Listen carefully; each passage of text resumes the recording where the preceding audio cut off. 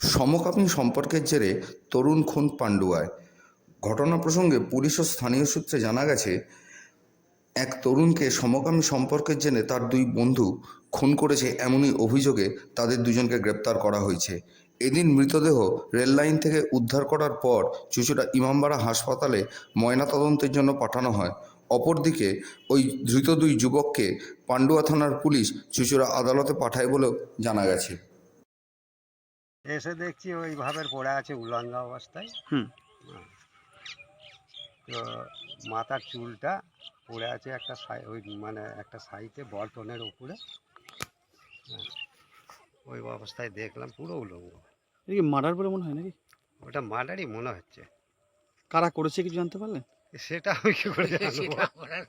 আচ্ছা, ওটা কি রেল লাইনে বডি পড়েছিল? রেড লাইন ওই তো ওইখানটায় যেখানটা আপনি বসলেন না, কে একজনে কখন এসে দেখলেন আপনারা? আমরা সকালে।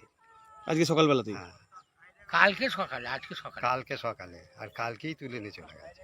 আচ্ছা, পুলিশকে কে খবর আপনারাই দিলেন নাকি? না, না, পুলিশের খবর ওদের বাড়ির লোক। পুলিশ এখানে টানিয়ে আচ্ছা, ওই যে মার্ডার হয়েছে না, ওদের বাড়ির লোক তিনজনা বলছে নাকি এসেছে। আজকে পুলিশ এসে সব নিয়ে গেল। তো অ্যারেস্ট হয়েছে? দুজনকে অ্যারেস্ট করেছে। হুম। আর ওখানে কাপড় চোপড় কোথায় পড়েছিল জঙ্গলে, ওইগুলো উদ্ধার করে নিয়ে গেছে। এটা কি বন্ধুরাই বলে মেরেছে বলে মনে করছেন নাকি? তো তিনজনা ওরা এসেছে, পুলিশগুলোই বলছিল তিনজনা এসেছিল, দুজনা ফিরে গেছে, একজনা যায়নি। বোনেরা বলেছে যে তোরা এলি তো আমার ভাই কয়। হ্যাঁ, এবার ওরা আর ইয়ে করেনি। পাড়ার লোক বলছে এক কাজ কর, থানায় রিপোর্ট কর, তাহলেই হবে। হ্যাঁ, থানায় রিপোর্ট করেছে, ওদেরকে তুলেছে। কি নাম আপনার? আমার নাম শেখ খলিল। কি হয়েছিল, কি ঘটনাটা? আমার ভাই সোমবার দিনকার 5টা সাড়ে 5টা নাগাদ ফোন করতে করতে বেরিয়ে যায়। তারপরে 7টা সাড়ে 7টা নাগাদ ওর দিদিকে প্রিয়াঙ্কাকে ফোন করার পর বলে যে আমার আসতে লেট হবে, ওর বন্ধু অভির সাথে বক্স বাজাতে যাচ্ছে মহানাতে। তো সেটা বলে রেখে দেয়। আমরা তারপরে ভাবি হয়তো রাত্রিবেলাও চলে এসছে। রাত্রিবেলা দেখি সকাল থেকে ফোন করছি, দুজনের মোবাইলই সুইচ অফ। 10:30 নাগাদ ওই ছেলেটার ফোনটা খুলেছিল। ছেলেটাকে জিজ্ঞাসা করার পর ছেলেটা বলছে যে আমার সাথে কোনো যোগাযোগ নেই, লাস্ট যোগাযোগ হচ্ছে সোমবার দিনকা, আর মঙ্গলবার কোনো কথা হয়নি। তারপর আমরা ওদের বাড়িতে যাই, ওখানে গিয়ে ছেলেটার সাথে কথা বলতে হয়, ছেলেটা অস্বীকার করে যে। তারপরে আমরা থানায় যাই। থানায় গিয়ে ডায়েরি করা হয়। ডায়েরি করে স্যার না বলে যে আপনারা আসুন। আবার আমরা বললাম যে ওই নাম্বারটা দেখতে, যে কোথায় লাস্ট লোকেশনটা ছিল। ওরা ঠিক আছে, ওটা সঙ্গে সঙ্গে হয় না, টাইম লাগবে, আপনারা আসুন ঘুরে। তারপরে আমরা আবার সন্ধ্যেবেলা যাই, সবাই আমাদের পাড়ার লোকজন নিয়ে। সন্ধ্যেবেলা যাওয়ার পরে ভেতরে নিয়ে গিয়ে ওই ছেলেটাকেও ডাকে। ওই সকালেও ছেলেটাকে ডেকেছিল। ছেলেটা তখনও বলে যে দিল্লিতে চলে গেছে, উল্টো পাল্টা কথা বলে যে দিল্লিতে গেছে গিয়ে। ও কে বলছিল এটা? এটা অভি বলছিল যে ও দিল্লিতে চলে গেছে। আমরা বলি দিল্লিতেও যাবে কি করে, কোনো ডকুমেন্ট নেয়নি, ও পয়সা নেয়নি, কিভাবে যাবে? কত এই তর্ক করে যায় ওখানে। তারপরে আমরা চলে আসি। সন্ধ্যেবেলা ওকে কি আলাদাভাবে জিজ্ঞেস করেছে সেটা জানি না। এই অভির সাথে আপনার ভাইয়ের মানে প্রীতমের সম্পর্কটা কতদিন ছিল? এটা প্রায় 1 বছর হতে চললো। এই রিসেন্ট খুব একদম গাঢ় মাখামাখি একদম গেলে, মানে সারাক্ষণ ভিডিও কল চলে, সারাক্ষণ হোয়াটসঅ্যাপে ভিডিও কল করবে। ছেলেটা দোকানে বসে থাকে, ভিডিও কল করে ধরে বসে থাকবে, সারাক্ষণ ফোনে কথা বলবে, সারাক্ষণ ওর সাথে। রাত্রিবেলা 9:30 10টা বাজে বেরিয়ে যাবে, আসবে 12টা 1টা 2টোর সময় এরকম আসবে। কেন এরকম? ঘুরতে যায় বলে, প্রোগ্রামে যায়। এবার আমরা কি করে জানবো? একদিনকে ওর দিদিকে ফটো পাঠিয়েছে ছেলেটার সাথে, যে এই দেখ আমি ওর সাথেই আছি। ওদি বলছে তুই যদি অন্য কোথায় যাস, বলছে যে না আমি ওর সাথেই আছি। অন্য কোনো ভাবে কোনো রিলেশন ছিল ওদের মধ্যে?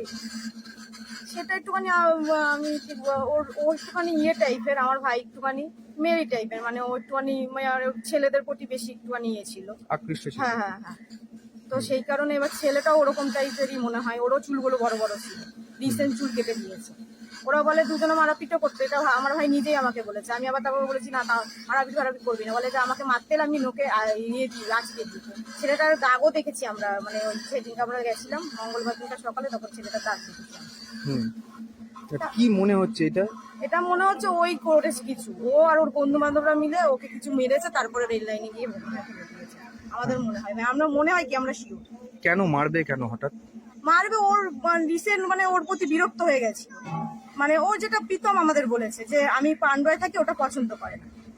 আমরাও বলি যে তুই বাড়ি চলে যা, কিন্তু ওই ছেলেটার জন্য বাড়িতে মানে এখানে থাকতে চায়, ও ওখান থেকে যেতে চায়। ওর বাড়িতে ওই অন্য জায়গায়, ওর মাও ডাকে যে চলে আয়, কিন্তু ও যেতে চায় না। এবার ওর প্রতি বিরক্ত হয়ে কি সবাই বলে যে ওরকম মানুষের সাথে চলাফেরা করিস, হাসাহাসি করে হয়তো ওই প্রতি বিরক্ত হয়ে। আর একটা বন্ধু ছিল ওবিরই, ওর সাথে ঝামেলা হয়েছিল একদিন পিতন, আচ্ছা, সেই কারণেই কি ওরা দুইজনা করেছে হয়তো। মানে এই প্রীতমকে কি সহ্য করতে পারছিল না? না, ওই অভি জাস্ট নিতে পারছিল না, মানে পিতন সবকিছুতে ওর ইয়ে করতো, ও যেখানে প্রোগ্রামে যায় ও যেতে চায়। তারপরে ওর ফোন চেক করে, ও কখন মানে ফোনে কথা বলে কেউ, মানে যেরকম ওই গার্লফ্রেন্ড বয়ফ্রেন্ডের মতন ছিল সেরকম টাইপের কিছু। সেরকম ভাবে কি ওরা দুজনেও ছিল? হ্যাঁ হ্যাঁ হ্যাঁ, ওরকম টাইপেরই কথাবার্তা, ওরকম তুমি তুমি করে কথা বলতো। আচ্ছা, মানে এইটাই কি প্রীতম কি সহ্য করতে পারছিল না? প্রীতম মানে অভি প্রথম নিতে পারছিল, লাস্টে ওর যেন বিরক্ত বোধ হয়ে গেছে, মানে প্রীতমকে মানে মনে হচ্ছে প্রীতম অতিরিক্ত করছে মনে হচ্ছে ওর। হ্যাঁ সেই কারণেই কি হ্যাঁ, সেই কারণেই আমার মনে হয় যে বন্ধুরা মিলে ওরা করেছে এই কাজটা। আপনার নাম কি? কতটা দেখতেন, কবে কবে আসতো, কি করতো প্রীতম? প্রীতম খুব ভালো ছেলে তো, খুবই ভালো ছেলে, এবং ও নাচ গান করতো, গান বাজনা করতো। পুজোর সময় আসতো, পুজোর সময় এখানে থাকতো, খাওয়া দাওয়া করতো। হ্যাঁ, এখানকার বন্ধু বান্ধব 2-4 জন ছিল, তারা আছে, তাদের সাথে কথাবার্তা বলতো। খুব সুন্দর ছেলে, ওর মধ্যে কোনো ছিল না, কোনো অসুবিধা ছিল না, এবং কোনো নেশা ভাঙ করতো না। বন্ধুত্বটা কবে থেকে হলো?